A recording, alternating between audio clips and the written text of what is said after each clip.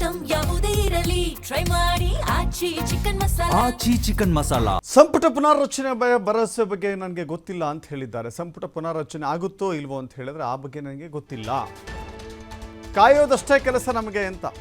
ಸಂಪುಟ ಪುನಾರಚನೆ ಆಗುತ್ತೆ ಅಂತ ಹೇಳಿ ಕಾಯೋದಷ್ಟೇ ನಮ್ಮ ಕೆಲಸ. ಜಗಳ ಮಾಡೋಕ್ಕೆ ಆಗುತ್ತಾ? ತಾಳ್ಮೆ ಬೇಕು. ಬೆಂಗಳೂರಿನಲ್ಲಿ ಶಾಸಕ ಬಾಲಕೃಷ್ಣ ಮಾತನಾಡಿದ್ದಾರೆ. ಪಂಚರಾಜ್ಯಗಳ ಚುನಾವಣೆಯ ರಿಸಲ್ಟ್ ಬರಲಿ, ಆಮೇಲೆ ಅದರ ಬಗ್ಗೆ ಚರ್ಚಿಸೋಣ. ಅದಕ್ಕೆ ಹೈಕಮಾಂಡ್ ಅಂತಿಮ ರೂಪವನ್ನು ಕೊಡಬೇಕಾಗುತ್ತೆ. ಪಕ್ಷ ಮುಂದೆ ಬಲಿಷ್ಠವಾಗಿ ಬೆಳಿಬೇಕು. ಆದ್ದರಿಂದ ಎಲ್ಲವೂ ಬಗೆಹರಿಯಬೇಕು. ಪುನರ್ರಚನೆ ಆದರೆ ನಮಗೊಂದು ಅವಕಾಶ ಸಿಗುತ್ತೆ ಅಂತ ಮಾತನಾಡಿದ್ದಾರೆ ಶಾಸಕ ಬಾಲಕೃಷ್ಣ. ಇಲ್ಲ ಸರ್, ನಮಗೆ ಏನು ಹೇಳಿ ಏನು ಭರವಸೆ ಸಿಕ್ಕದು ಅಂತ ಹೇಳಿ ಅಲ್ಲ, ಏನು ಮಾಡ್ಬೇಕೇನು ಜಗಳ ಆಡೋಣ ಇವಾಗ? ಕಾಯಲೇಬೇಕಲ್ವಾ? ತಾಳ್ಮೆ ಇರ್ಬೇಕಲ್ಲ ಪ್ರತಿಯೊಬ್ಬರಿಗೂ ಕೂಡ.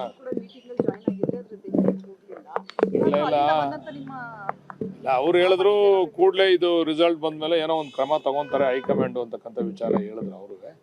ಇದಕ್ಕೆ ಎಲ್ಲರೂ ವಾಪಸ್ ಬಂದಿದ್ದಾರೆ. ಎಲ್ಲರೂ ಕೂಡ ಅಲ್ಲಿದ್ದಂಥವ್ರು ಎಲ್ಲರೂ ಕೂಡ ವಾಪಸ್ ಬಂದಿದ್ದಾರೆ. ಮತ್ತು ಪ್ರಮುಖವಾದಂಥ ಮಸೂದೆಗಳ ತೀರ್ಮಾನ ಲೋಕಸಭೆಯಲ್ಲಿ ನಡೀತಾ ಇದೆ.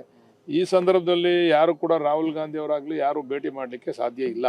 ಇದರಲ್ಲಿ ಪ್ರಮುಖವಾದಂಥ ವಿಚಾರ, ದೇಶದ ಪ್ರಮುಖವಾದಂಥ ವಿಚಾರ ಚರ್ಚೆ ಆಗಬೇಕಾದ್ರೆ, ಮಸೂದೆಗಳು ಚರ್ಚೆ ಆಗಬೇಕಾದ್ರೆ ಈ ವಿಚಾರ ಎತ್ಕೊಂಡು ಹೋಗ್ತಕ್ಕಂಥದ್ದು ಸೂಕ್ತ ಅಲ್ಲ.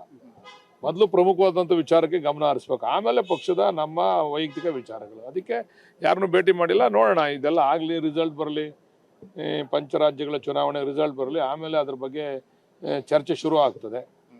ನಾನು ಅನ್ಕೊಂಡಿದ್ದೀನಿ ಇವತ್ತೇನೋ CM DCM ಇಬ್ಬರು ಕೂಡ ಡೆಲ್ಲಿಗೆ ಹೋಗ್ತಾ ಇದ್ದಾರೆ ಅಂತಕ್ಕಂಥ ಮಾಹಿತಿ ಇದೆ. ಅದು ಯಾತಕ್ಕೆ ಕರೆದಿದ್ದಾರೆ, ಅಥವಾ ಈ ಮಸೂದೆಗಳ ಬಗ್ಗೆ ಚರ್ಚೆ ಮಾಡ್ಲಿಕ್ಕೆ ಕರೆದಿದ್ದಾರಾ, ಅಥವಾ ಬೇರೆ ಬೇರೆ ಇವತ್ತು ಏನು ನಡೀತಾ ಇದೆ ಅದರ ಆಂತರಿಕ ವಿಚಾರ ಚರ್ಚೆ ಮಾಡ್ಲಿಕ್ಕೆ ಕರೆದಿದ್ದಾರೆ ಗೊತ್ತಿಲ್ಲ.